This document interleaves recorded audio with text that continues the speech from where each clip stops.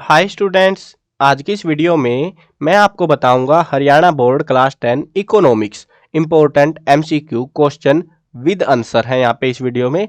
चलो शुरू करते हैं। मैं हूं अजय और आप देख रहे हैं सीसीएल क्लास। लेकिन वीडियो शुरू करने से पहले बता दूं, क्लास 10 के अगर सभी सब्जेक्ट के इंपॉर्टेंट क्वेश्चन की वीडियोस अगर आपको देखनी है तो डिस्क्रिप्शन में पहला ही लिंक है प्लेलिस्ट का, वो चेकआउट कर लेना।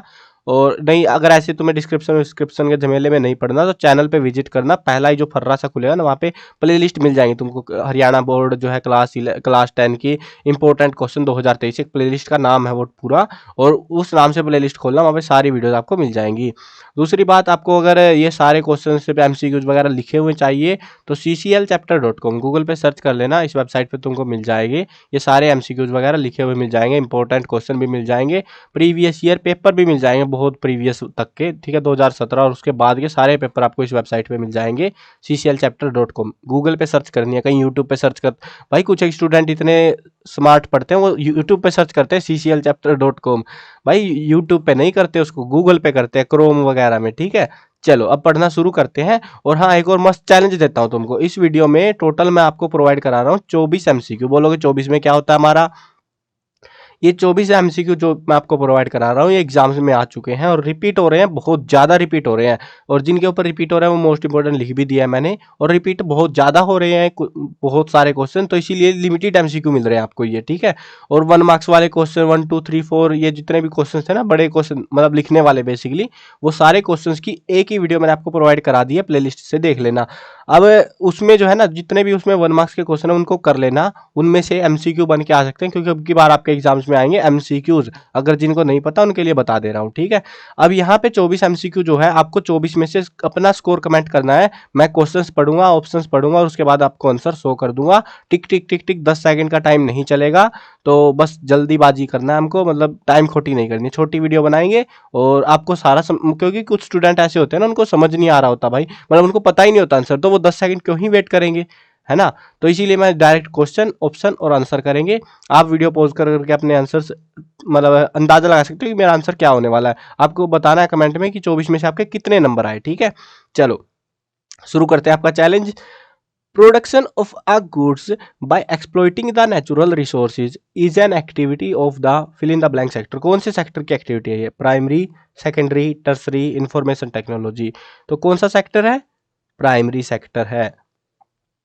The sector are classified into public and private sector on basis of, किसके बेसिस पे होते हैं ये sector classify? Employment conditions, nature of economic activities, ownership of enterprises, number of workers employed in the enterprise. तो क्या होता है? Ownership of enterprise होता है हमारा। In which sector of India is disguised unemployment found? कौन से सेक्टर में मिलती है? Industrial sector, service sector, agriculture, या किसी में नहीं? तो कहाँ मिलती है? एग्रीकल्चर सेक्टर में। In which sector of India is, अच्छा ये दूसरा अलग स्टाइल में आ गया, थोड़ा अलग स्टाइल है भाई। तो of India is disguised unemployment found, तो कितने में पाई जाती है, मतलब कौन से सेक्टर में? Private sector, public sector, organised sector, tertiary sector. तो कौन से सेक्टर में? प्राइवेट सेक्टर में पाई जाती है। देखो इसका मेरे को कंफर्म नहीं है, थोड़ा सा इसमें मेरे को डाउट सा है, तो इसका आप एक बार क्रॉस चेक कर लेना कि मतलब क्या मामला है क्या नहीं है, ठीक है। तो क्रॉस चेक कर लेना एक बार गाइड वगैरह से कहीं से। अब मेरे को मिला नहीं ना इसका ऑथेंटिक कोई आंसर नहीं मिला बुक में यार प्रॉपर से, तो इसीलिए मेरे को थोड़ा डाउट है, इसलिए बता दे रहा हूँ। Which is the largest employment provider sector of India? Largest employment को कहाँ मिलती है? प्राइमरी, सेकेंडरी, टर्सरी, किसी में नहीं। तो कौन सा है? Primary sector. यानी कि भूखे पेट भजन नहीं होते, सुना होगा ना। तो वो भूखे पेट के लिए हमको उगाना पड़ता है अनाज, और अनाज में ही सबसे ज्यादा लोग जुड़े हुए हैं, और जो कहाँ आता है? प्राइमरी सेक्टर में आता है। Development of a country can generally be determined by, किसी देश की जो डेवलपमेंट है वो कैसे डिटरमाइन की जा सकती है? Its per capita income, average literacy rate, health status of its people, all of the above. Obvious सी बात है, ऑल ऑफ द अबव लगाओगे, बिल्कुल सही बात लगाई है तुमने। लेकिन क्वेश्चन एक बार आ गया था ऐसा, मतलब ऐसा आ गया तो मजे की बात है, रिपीट भी यही होना चाहिए, लैजिट भी यही क्वेश्चन है। कुछ वेले टाइम पे क्वेश्चन ऐसे भी आ जाते हैं, development of any country can generally be determined by, ये भी तो यही था। क्वेश्चन तो सेम ही है। अब ऑप्शन देखो, तुम थोड़ा सा नीचे कर लेता हूँ ताकि तुमको दोनों के दिखते रहे।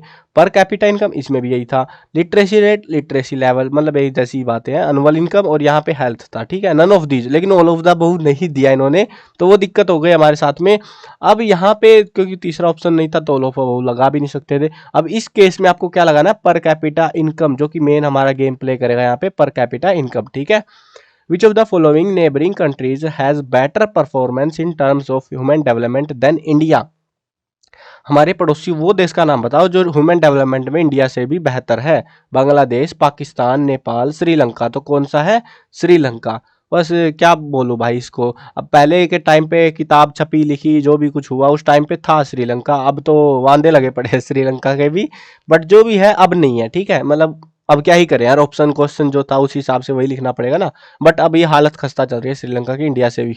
The informal source of credit does not include which one of the following, trader, cooperative societies, friends, money lenders. तो कौन सा है, कोऑपरेटिव सोसाइटीज जो है यहाँ पे इनफॉर्मल सोर्सेज में इंक्लूड नहीं किए जाते। Which of the following is an example of trade barrier, trade barrier का कौन सा एग्जाम्पल है, tax on export, tax on import, free trade, restriction on export. तो क्या रहेगा, टैक्स ऑन इंपोर्ट रहेगा हमारा, यानी कि सामान मंगाने पे टैक्स लग रहा है और जिसकी वजह से हम ट्रेड नहीं कर पाते, तो वो trade barrier main game play करता है यहाँ पे।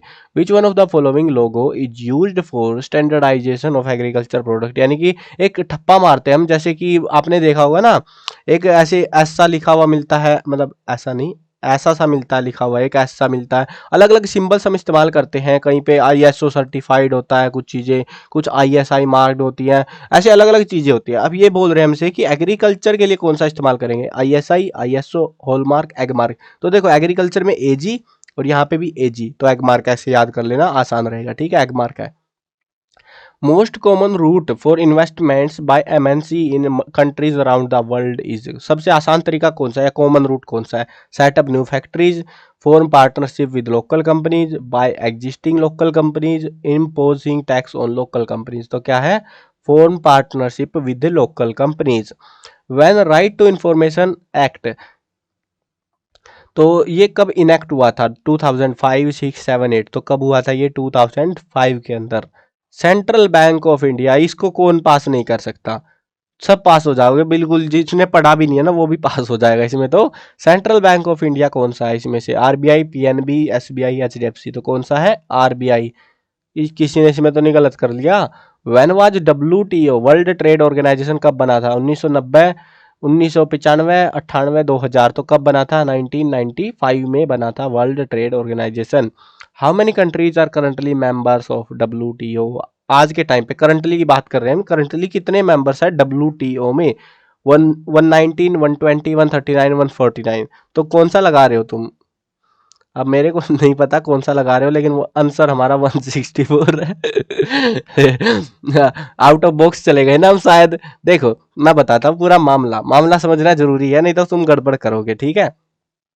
अब ये जो किताबें थी ना आपकी, जो किताब इकोनॉमिक्स की आप पढ़ रहे हो अभी, ठीक है, वैसे मैं बता दूंगा, आंसर की टेंशन मत लो, आंसर बता दूंगा तुमको, लेजिट आंसर बता दूंगा, डोंट वरी अबाउट इट। किताबें लिखी गई थी, सारा पता होना चाहिए ना, तभी गड़बड़ नहीं होगी। और आंसर सही है ये 164 वाला, वो भी बता दूंगा कैसे।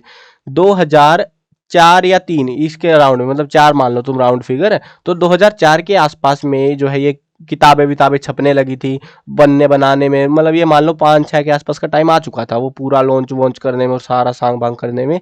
अब उस टाइम पे जब किताबें छाप देना इन्होंने, उसके बाद इनको रिप्लेस नहीं किया गया, अपडेट नहीं किया गया। अब इन्होंने हमसे जो पूछा क्वेश्चन, करंटली मेंबर, अब उस टाइम पे कितने थे, 149 थे, लेकिन करंटली टाइम पे 164 हो गए हैं बढ़ते बढ़ते। अब अगर आपको एग्जाम में, क्योंकि नए क्वेश्चन हो सकता है अपडेटेड मिले आपको, तो उस चीज का ध्यान रखना।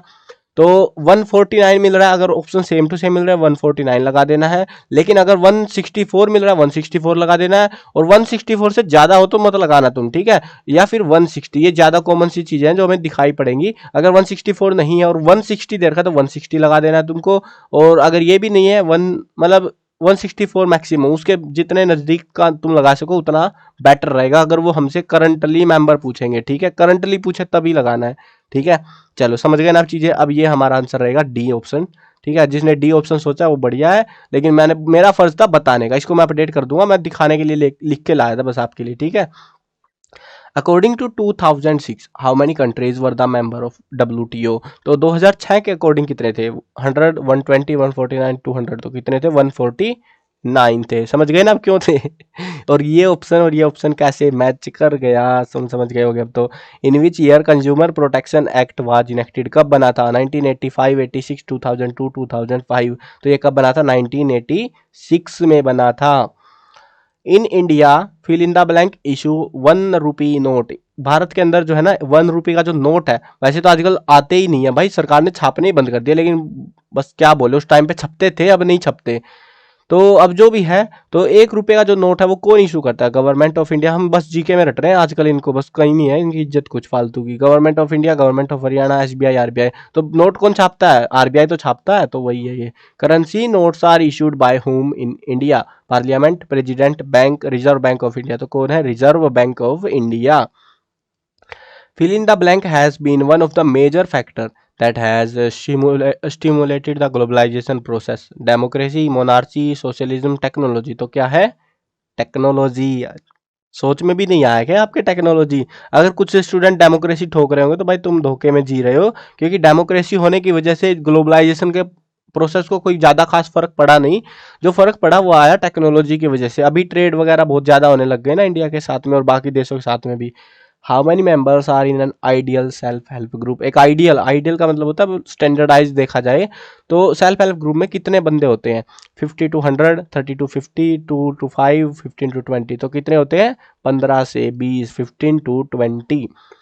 Removing barriers on restrictions setup by the government is known as, उसको हम क्या कहते हैं? Privatisation, globalisation, liberalisation, industrialisation. तो कौन सी लाइजेशन है वो? लिबरलाइजेशन।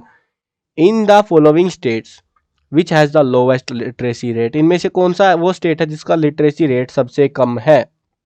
हरियाणा, केरल, पंजाब, बिहार। तो कौन सा है? बिहार। आज भी भाई हालत ऐसी है बिहार की, कोई बढ़िया हाल चाल नहीं चल रहे बिहार में, आज भी मतलब बुरा हाल है। तो चलो ये थे हमारे टोटल 24 क्वेश्चन, और इनमें से मतलब मैंने लगभग 60 या 65 क्वेश्चन लिखे थे, और उनमें से घट घट के रिपीट हो के 24 बचे भाई। तो ये देख लो तुम, रिपीट बहुत ज़्यादा हो रहे हैं इकोनॉमिक्स के अंदर से, तो इनको अच्छे से कर लेना।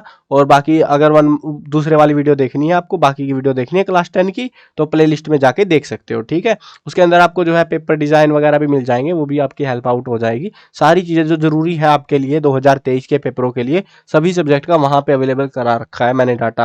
जितनी मतलब वीडियो बना रहा हूँ सारी वीडियो वहां मिलेंगी आपको, ठीक है। चलो मिलते हैं नई वीडियो में, बाय बाय। और हाँ यार, सब्सक्राइब नहीं करके गए तुम, सब्सक्राइब का बटन दबा दो बिल्कुल से अभी। तुमने बिल्कुल नहीं दबा रखा बटन, पता है मेरे को, दबा दो यार बटन भी। चलो मिलते हैं नई वीडियो में, बाय बाय।